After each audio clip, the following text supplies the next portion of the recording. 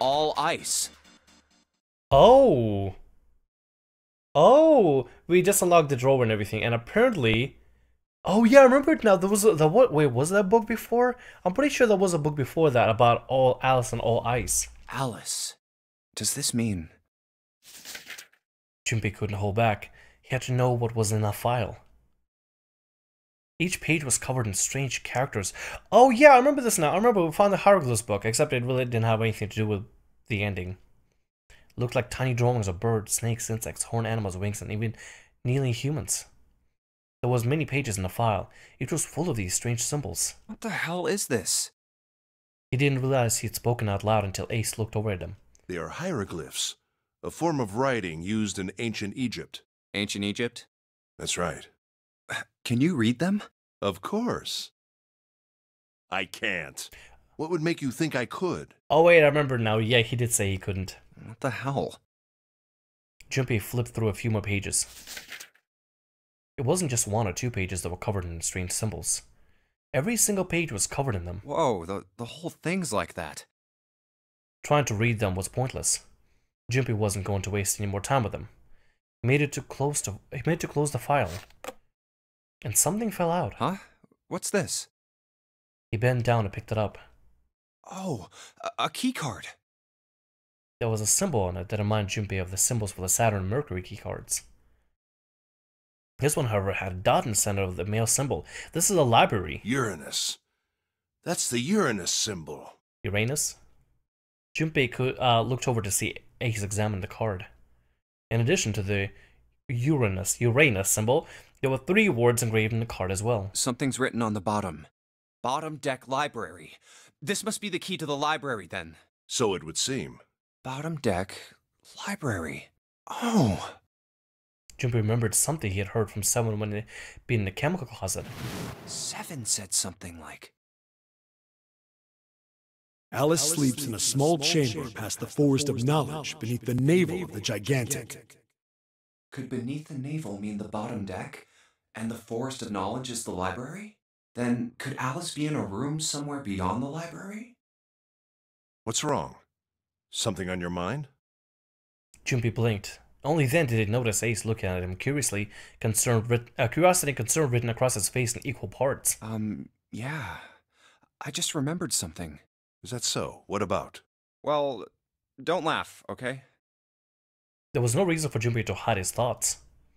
He began to explain his theory to Ace. Then he stopped. It wouldn't make any sense if Ace didn't know who Alice was supposed to be. So he told Ace everything June had told him. Every single thing. The Egyptian priestess and Ice 9. Interesting. And the woman who wouldn't melt, who was recovered from the Titanic disaster? They called her All Ice, which eventually turned into Alice. And she was purchased by an English millionaire who called himself Lord Gordain. According to 7, this ship is where he hid Alice. And you think that he hid her in a small room, beyond the library on the bottom deck? Yeah. Well, I mean, it is just a theory. Ace stared off into the distance, his hand slowly and absent-mindedly stroking his beard. After a few moments, his hand stopped. He turned slowly to look at Junpei, and his brows grew together. Junpei, have you ever heard of the term CAS? Cass? It stands for Cells Alive System. It is an advanced technology for freezing and preserving organic matter. Put simply, it is a technique that allows one to freeze things without the formation of ice crystals. Normally, if you freeze something fresh, water within its cells expands as it crystallizes, damaging the cell membrane. CAS, however, works differently. The object to be frozen is supercooled using magnetic fields, and then frozen instantly and uniformly, giving ice crystals no time to form. It was originally developed for the preservation of food, as an alternative to the normal freezing process.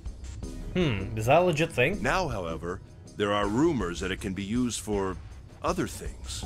What do you mean, other things? Well, there are obvious medical uses, but perhaps also space travel. Space travel? Are you serious?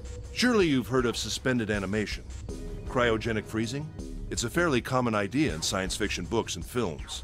People are sometimes frozen for especially lengthy journeys through space. That was when Junpei understood what Ace was suggesting. Whoa, wait a minute there. Ace looked at him and raised his eyebrow. Are you saying that Alice was frozen using that cast thing? Well, I'm sure the possibility is quite low, but it is a possibility. If this special ice you call Ice 9 does indeed exist, and casts were used to freeze her into that sort of ice instantaneously. You think she could be alive? Well, I can't say for sure, of course. I'm only talking about possibilities. The melting point for Ice 9 is 96 degrees, right? If she were put somewhere where she could reach that temperature... That's nuts. Are you really saying she could have defrosted and started walking about? You're quite right. It does sound unbelievable. But if she had, then we would have an explanation for the man we found dead on the floor. You mean the guy dressed like a captain? Yes. He was dead when we found him. Clearly, he was murdered. But if he was murdered, then by whom? It couldn't have been one of us. That would be impossible. In order to enter the captain's quarters, one must first open door 1. That door that requires the Earth key prevented us from accessing door 1. True. I mean, could it be a possibility she could have just awoken and killed him? Who was it that opened that door? Santa and Lotus. Right. Clearly, the two of them could not have opened door 1, or any other door for that matter. Wait a minute.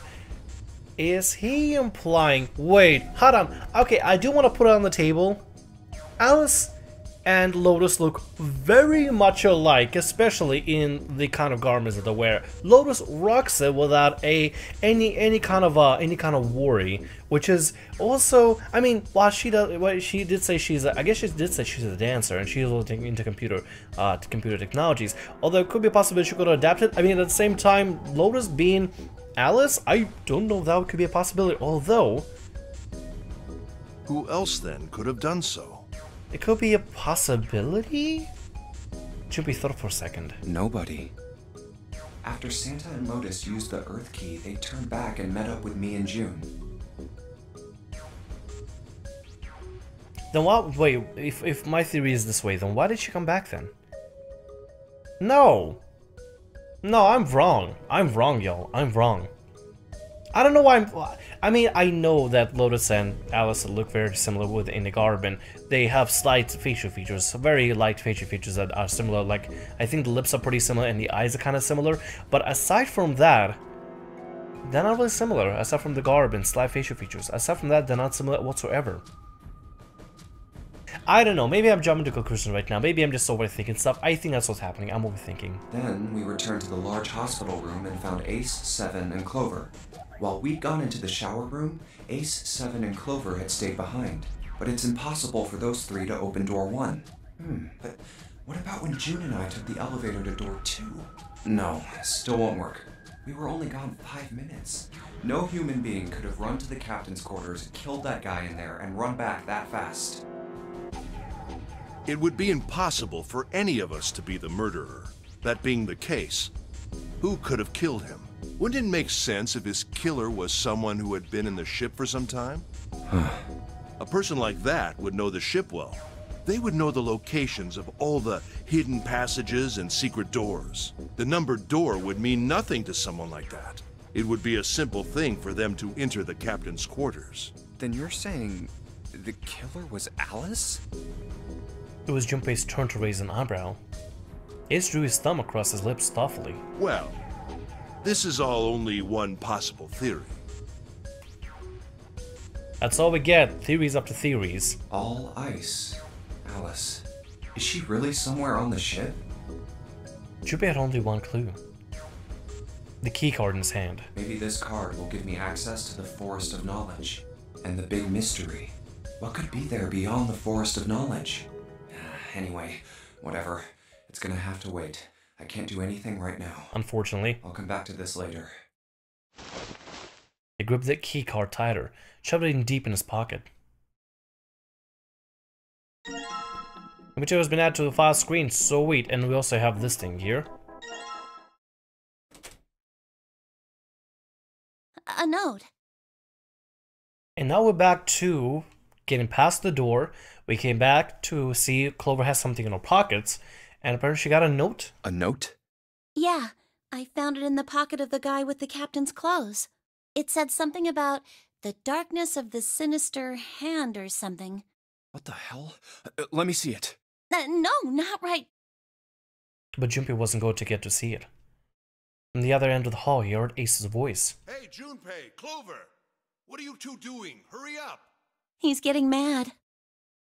Clover shrugged. I'll show it to you later, all right? Come on, we gotta hurry. Before Junpei could protest, she was gone. Around the corner and off down the long stem of the L. A note? A note. Junpei was curious. This time around, we didn't see a stick-looking thing, or a bat-looking thing, or a woodland-looking thing sticking out from the back of her sweatshirt. So I'm happy about that. That means we will not be asked a question anymore. But there was something else that bothered him. From the look of that pocket, it doesn't particularly look like just a note. Jeez, what are you thinking? I know what she's thinking. For crying out loud. Junpei did his best to convince himself that it would make sense later, and ran off after Clover.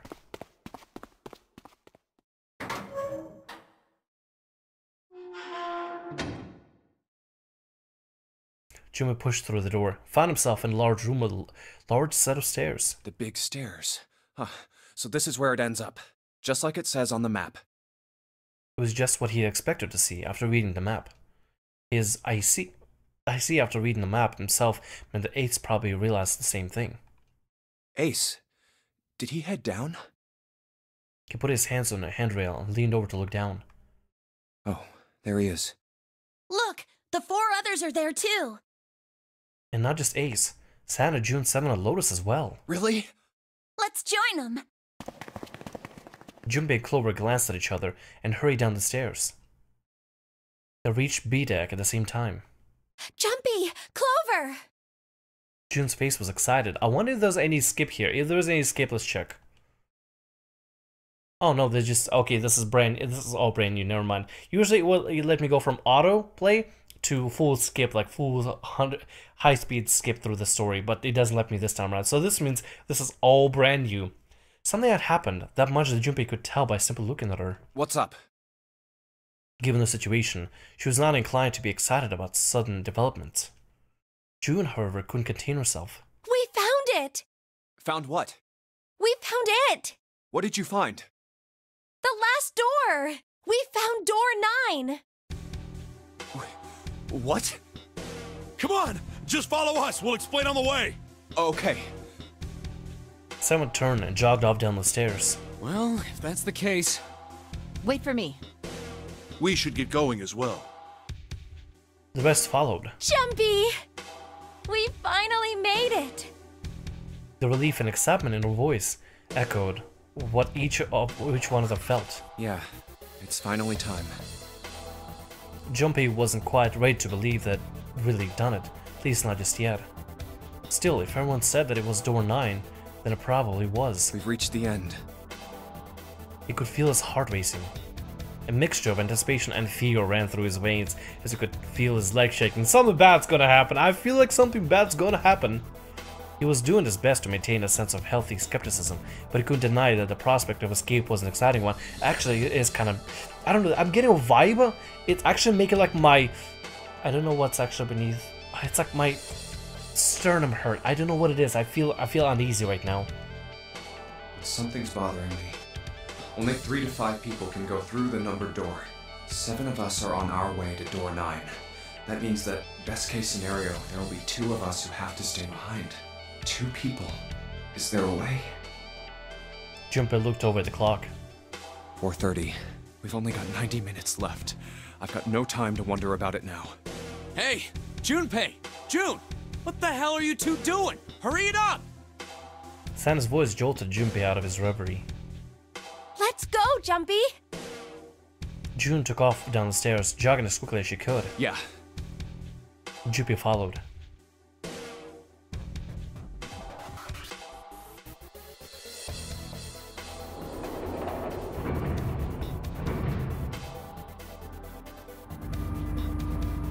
As This is happening. This is actually happening. We're about to get an ending of some sort. As a group, they pulled onto the elevator and rode impatiently down the E-deck. Up-piled. Looked familiar. There was a metal grate between the two elevators. Simon grabbed hold of it and began to talk. I know I told you I'd explain it earlier, but honestly, there ain't much to explain. After we split off from you guys, the four of us got into the elevator on the left, and that took us to the other side of the grate. After that, we headed down another hallway. It took us toward the bow, and eventually to the number 6 that you two found earlier. We opened it and kept going. There was another locked door behind it, like usual, but this time we had to complete 2 different areas before we could unlock it. Once we were through that door, there was another hallway that went the other direction, toward the stern. So, on your way, you found the elevator. That's right. So, in other words, you kinda did a lap, huh? You came from that side to this side. Yeah. With that settled, Junpei looked around. So, where's the number 9 door? Over here. Follow me. Sam began walking down a hallway that led toward the stern.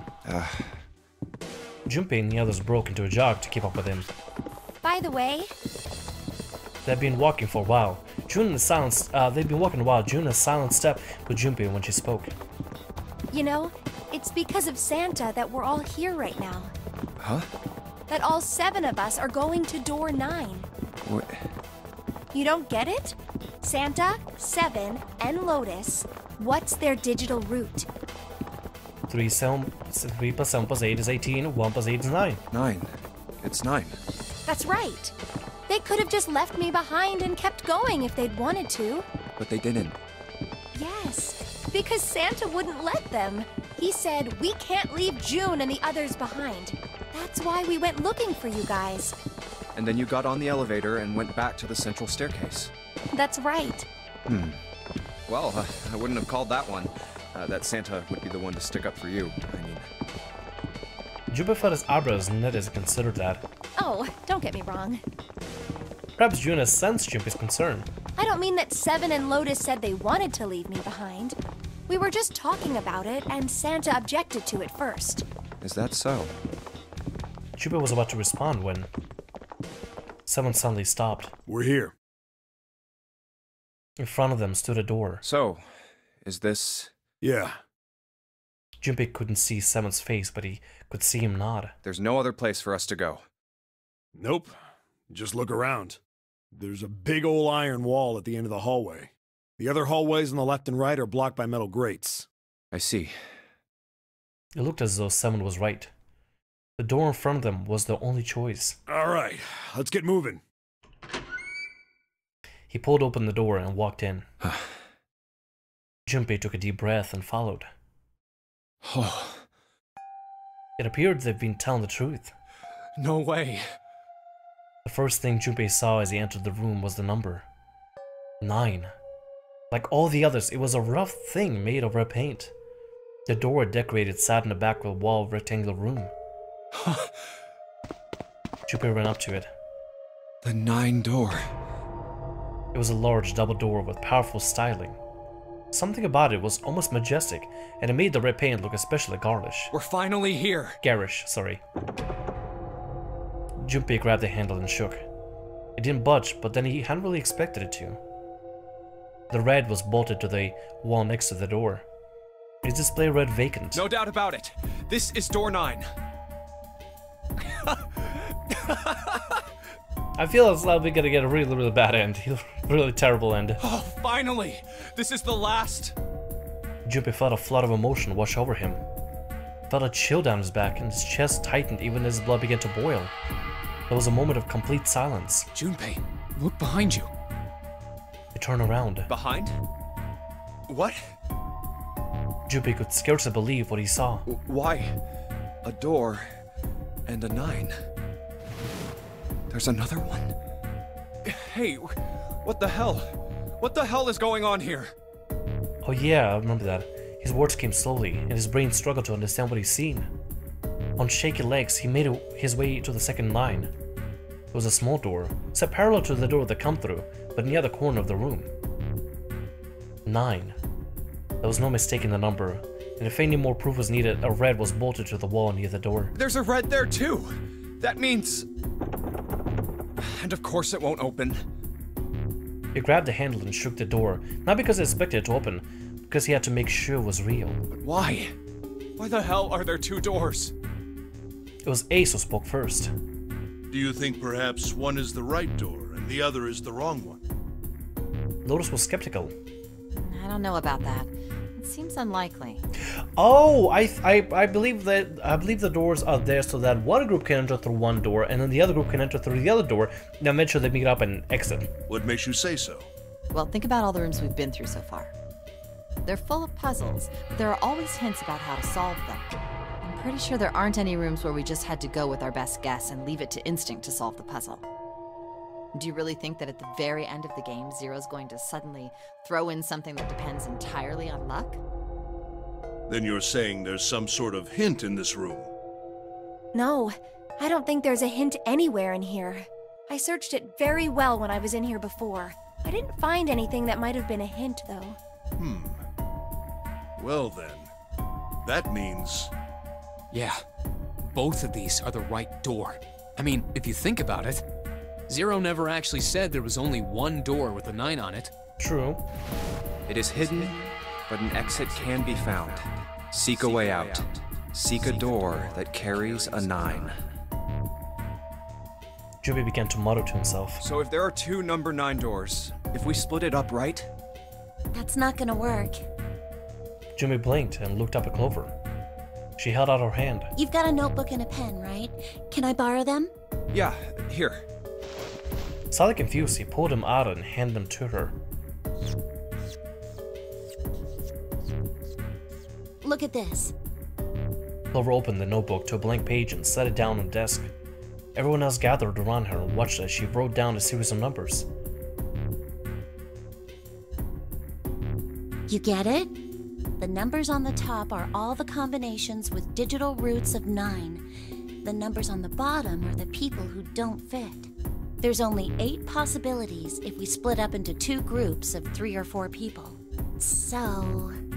If 3 people go through the door, then 4 are left behind. If 4 go through, then 3 are left behind, right? Yeah.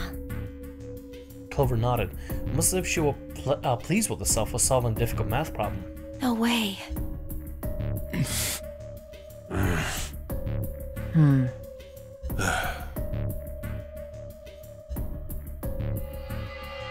The room went very quiet. Silence lay across everyone like a thick, heavy blanket. No one spoke. Their faces were blank. Come to think of it.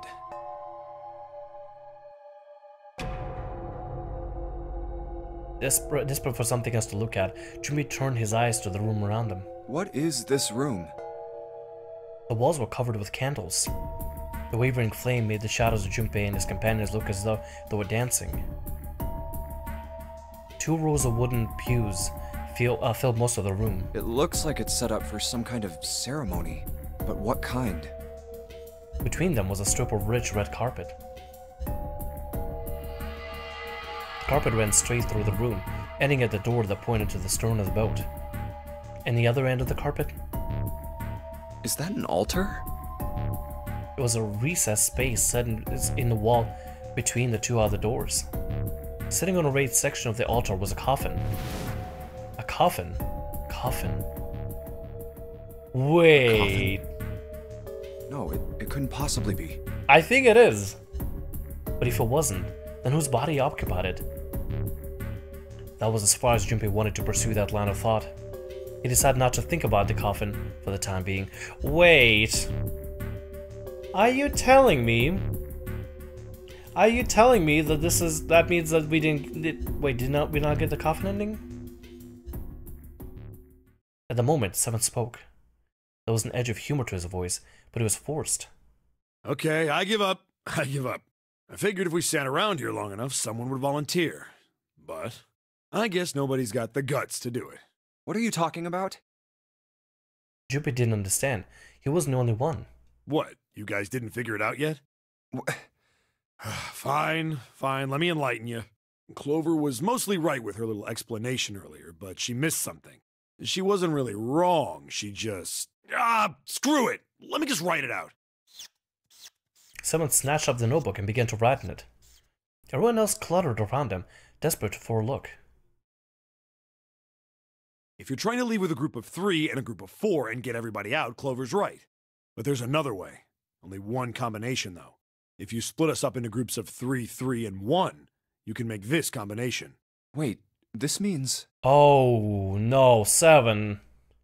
Don't get me wrong here, I'm not trying to copy Ace or anything like that. Even if he hadn't been the hero back in the big hospital room, I'd still be saying the same thing. The same thing? Are you saying? Yeah, I am. No. I'll stay behind.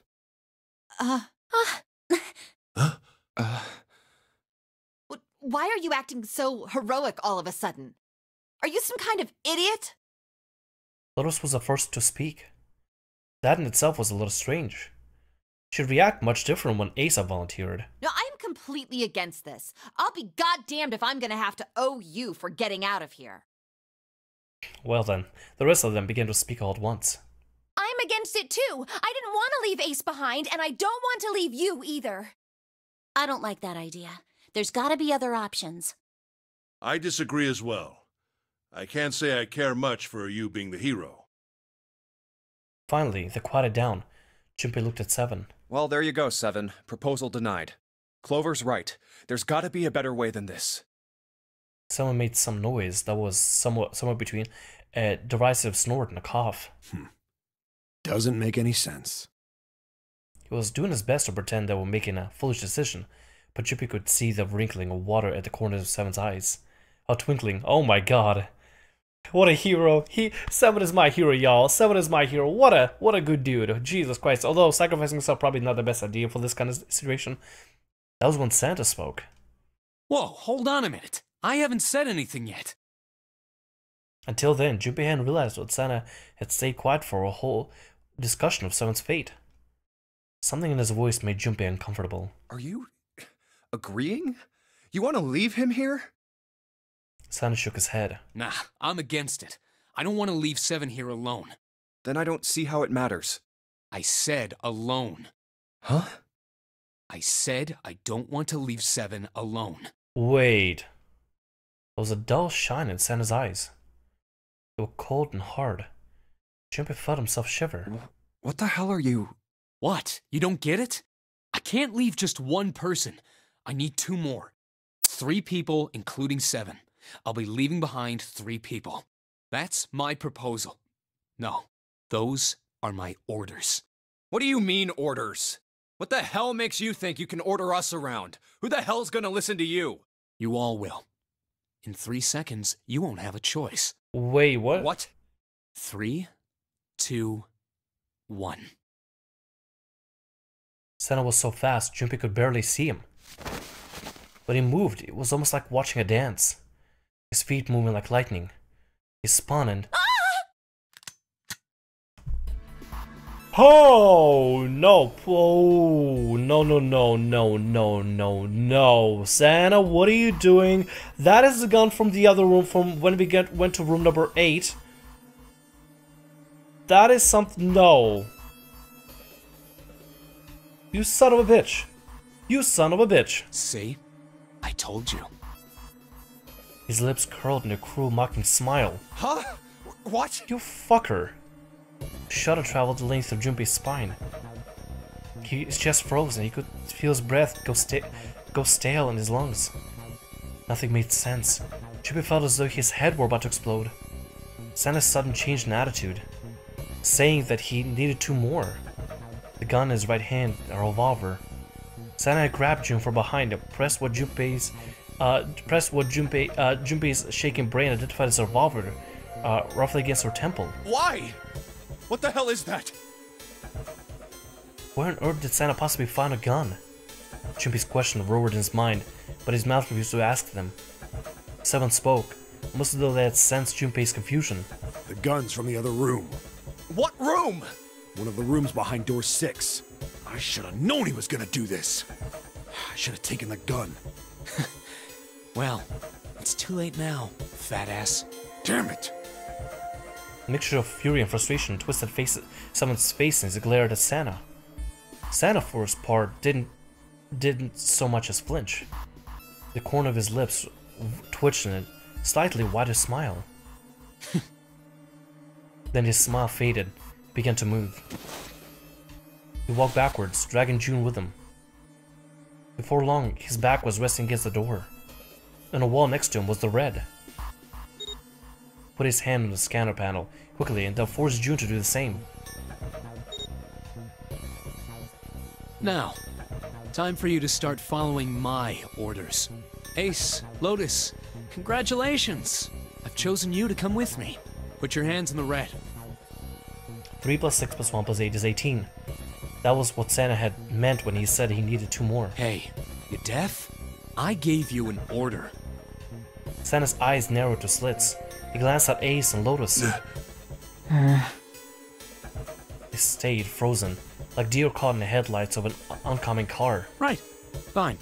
I didn't want to waste any bullets, but you guys just don't get it.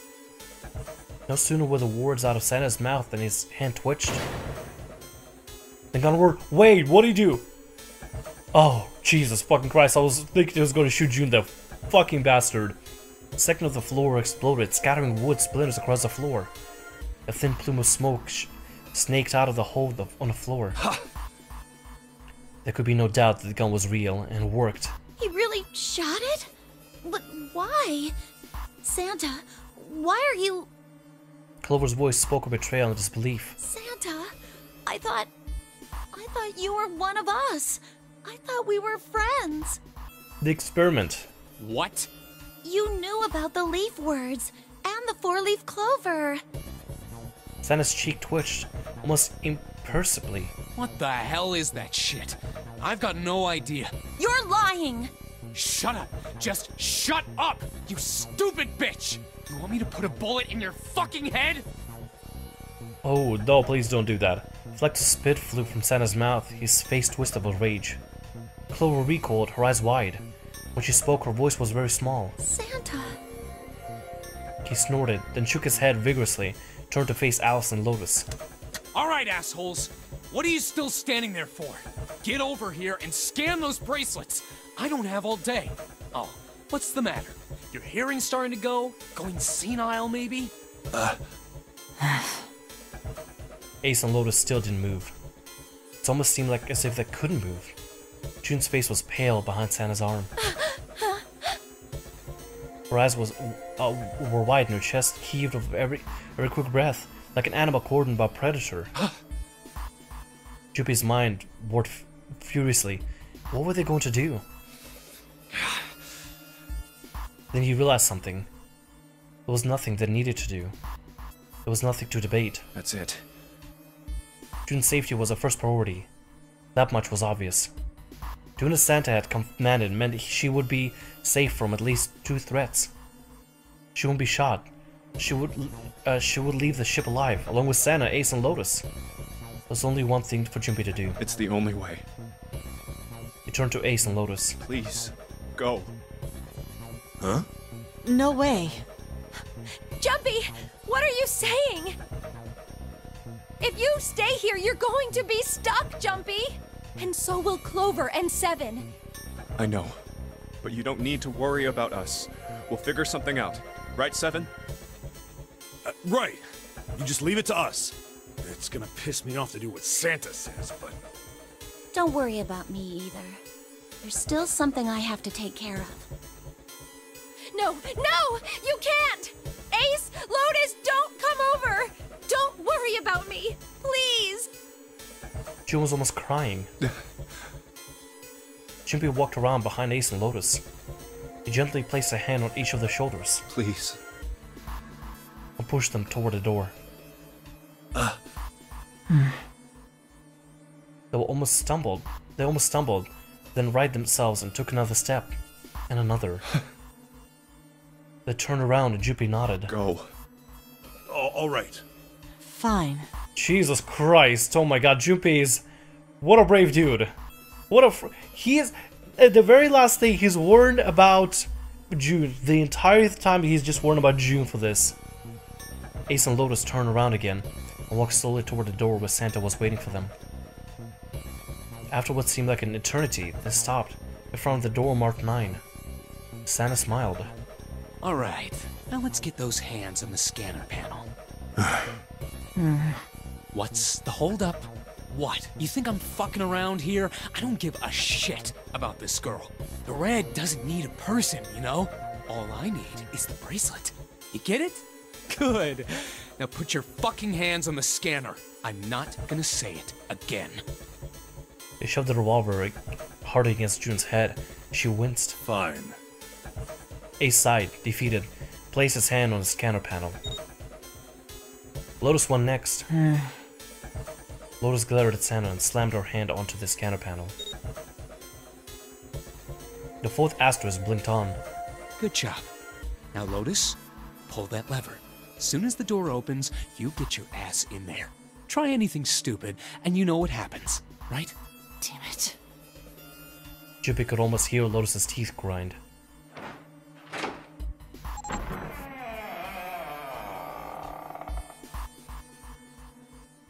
The door slid open. Door number 9 opened at last. It opened with a low, powerful rumble, a drum roll to welcome the chosen few. Good. Go. Lotus and Ace walked through a door, their eyes furious but defeated. Santa waited until they were all the way inside, then hauled himself and June across the threshold as well. 6, 7, 8. Later. Oh, Lord.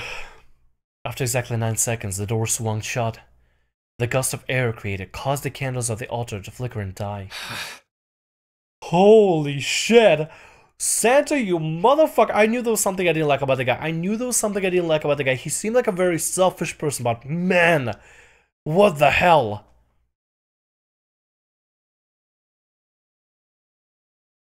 The room fell silent. Junpei, Clover, and 7 had been left behind.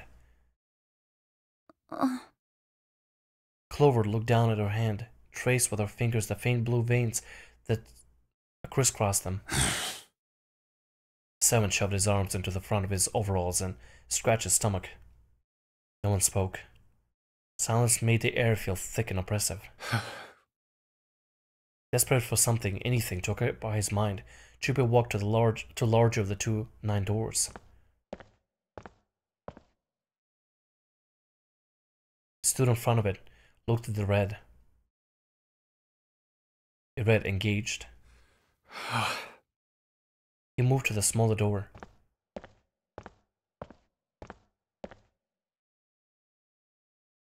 The red read vacant. God. The digital root of the remaining people was 7. 5 plus 4 plus 7 is 16. 1 plus 6 is 7.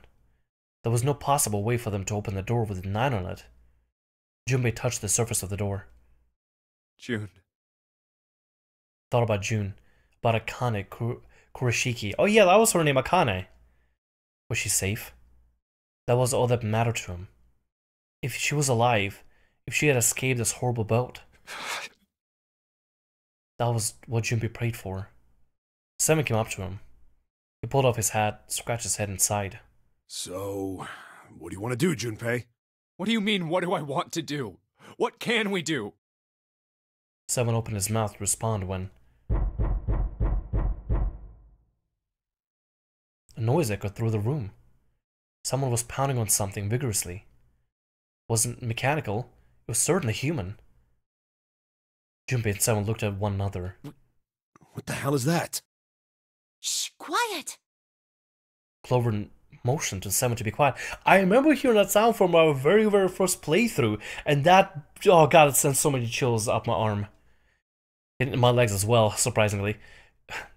She put one finger to her lips, closed her eyes in concentration.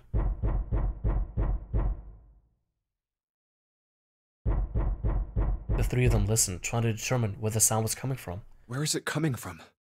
It's a very eerie sound. Could it be? Oh, don't tell me. Hey, I think it's coming from this coffin. You're right! Let's open it. But how? What are those muscles for? For show? You're telling me to force it open? Just shut up and try!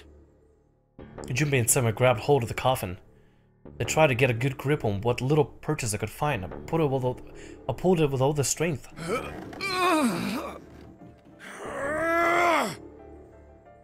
Damn it! It won't even budge. It does have a keypad on the side, but probably should use that. There was some sort of a keypad attached to the coffin. Purpose would not have been difficult to determine. Their eyes were almost immediately drawn to it. Not another one. Yeah, looks like it. Do you think we have to put in the right password or it won't open? I think so. It put six hits. Noise wasn't stopping. In fact, it was getting louder. Whoever or whatever's inside this thing wants out, and now. I know that. But how? Without a passcode, I don't think there's much we can do. It banged 6 times, didn't it? Wouldn't that be the passcode? They couldn't even tell how many numbers the passcode needed to be. Isn't there a hint somewhere? Well, let's look for one. Unfortunately, there didn't seem to be anything near the coffin. Clover ran to examine the pews, and 7 investigated the desk, but they turned up nothing. Ugh, there's nothing here. Not making this easy, are they? 6 again, 6 hits. Particular 6 hits. They always hit with 6 hits. Sound still wouldn't stop. It wasn't a noise that belonged in our room.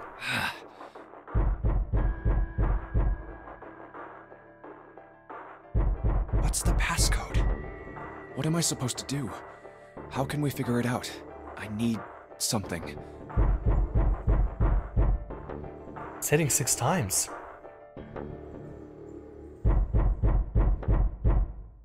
To be continued? Wait. No. Wait, no. What do you mean to be continued? What do you mean to be continued? Game? Unfortunately, that's the wrong answer. Actually, I'm Santa.